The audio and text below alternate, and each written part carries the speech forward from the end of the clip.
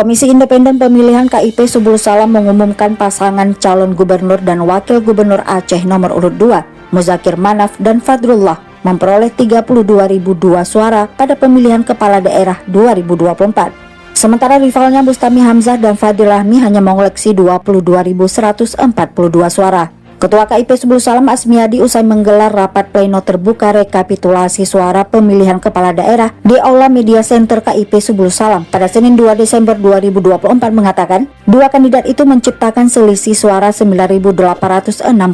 Asmiadi menyebutkan dari hasil rekapitulasi, total 5 kecamatan di Subul Salam meliputi Simpang Kiri, Penanggalan, Rundeng, Sultan Daulat, dan Longkip menunjukkan kemenangan mutlak bagi pasangan Mualim Devat. Ia berterima kasih kepada semua pihak yang terlibat dalam suksesnya pemilihan kepala daerah tahun ini, termasuk Panwas, para pasangan calon, aparat keamanan, serta masyarakat.